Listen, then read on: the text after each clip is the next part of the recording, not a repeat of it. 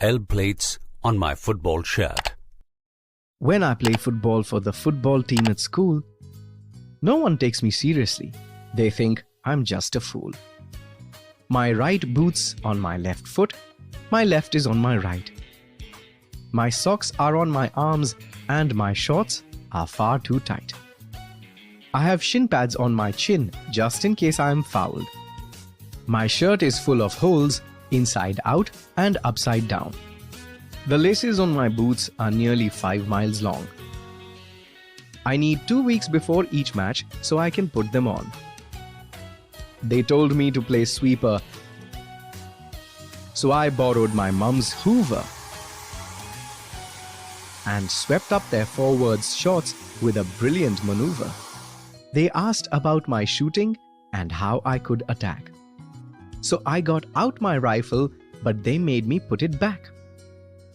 I told them that my dribbling was the best they'd get, then dribbled down their shirts and made them soaking wet. They asked me to play winger. I said I couldn't fly. Well, mark your man instead. So I gave him 2 black eyes. Free kick, said the ref. So I did and watched him fall. Nobody had told me that I had to kick the ball. In view of this, the referee gave the other team the kick. I was told to build a wall, but I couldn't find a brick. In the end, there's only 2 positions I can play. Left back, right back, in the changing rooms all day. I'm only a beginner and someone could get hurt. So I don't have a number, but an L plate on my shirt. चलिए इसी poem को हम एक बार हिंदी में सुन लेते हैं। Poem का नाम है L plates on my football shirt. ये बहुत ही प्यारी पोयम है और पोयम में एक जो लड़का है वो जब फुटबॉल टीम में स्कूल के लिए खेलता था तब की बात है और वो लड़का बोलता है कि जब मैं खेलता था तब मुझे कोई भी सीरियसली नहीं लेता था। वह सब मेरे बारे में सोचते थे कि जैसे मैं कोई मूर्खी हूँ। मेरी हालत इतनी बुरी थी कि राइट पैर में पहनने वाला शूज़ मैं लेफ्ट पैर में पहनता था और लेफ्ट पैर वाला शूज़ मैं राइट साइड में पहन लेता था। यह हड़बड़ी में होता होगा शायद से। मैं जो पैर में पहनने वाले जो सॉक्स होते थे वो मैं अपने आर्म्स में पहन लेता था और जो नीचे की जो शॉर्ट्स मतलब चड्डी होती है वो इतनी टाइट हुआ करती थी कि बहुत।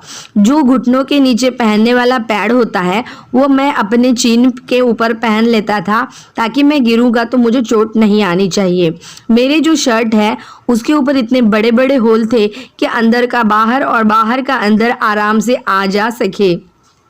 यहाँ तक कि मेरे जो बूट है उसकी लेस जो थी ये नियरली 5 माइल इतनी लॉन्ग है और वो अच्छी तरह से बांधी भी नहीं गई है।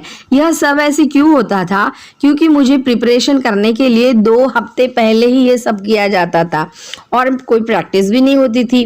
फिर उन्होंने मुझे बोला गया कि आप स्वीपर की जगह पे खेलोगे, तो मुझे लगा मेरे मम्मी का जो हुवर है वो मैं यहाँ पे लाऊं और जब मैंने लाया तो मैंने जब इसे यूज़ करना शुरू कर दिया तो मेरे फ्रेंड की चड्डी जो थी ये इसमें अटक गई।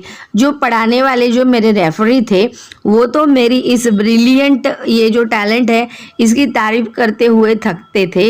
इतने मुझे वो ब्रिलियंट समझते थे। तब उन्होंने बोला कि अब मैं तुम्हारी शूटिंग के बारे में जानना चाहता हूँ और तुम अटैक कैसे करते हो वो भी जानना चाहता हूँ।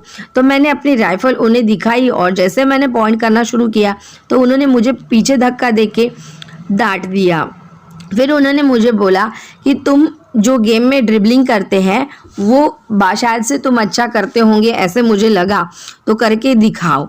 अब मैं ड्रिबलिंग करते हुए मैंने क्या किया कि मैंने मेरे जो पास वाले जो दोस्त हैं उनके ऊपर जोर से मैंने जो मेरे पास जो वाटर था वो मैंने फेंका और उनका शर्ट ये हो गया, गीला हो गया।